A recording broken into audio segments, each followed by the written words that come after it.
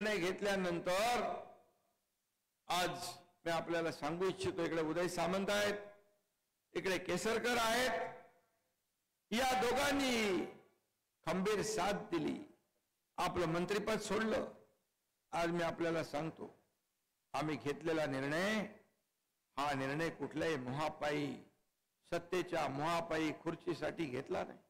आम्ही तर सत्तेत होतो, मी तर नगरविकास मंत्री होतो, 8 मंत्री माझ्या सोबत होते.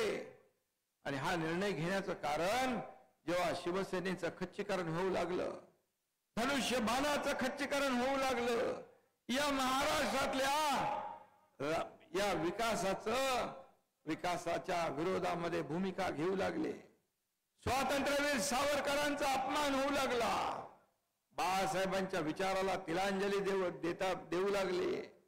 आणि म्हणून आम्ही हा निर्णय घेतला. मी उदय सामंत आणि केसरकर यांचं मनापासून अभिनंदन करतो. रवी फाटक पण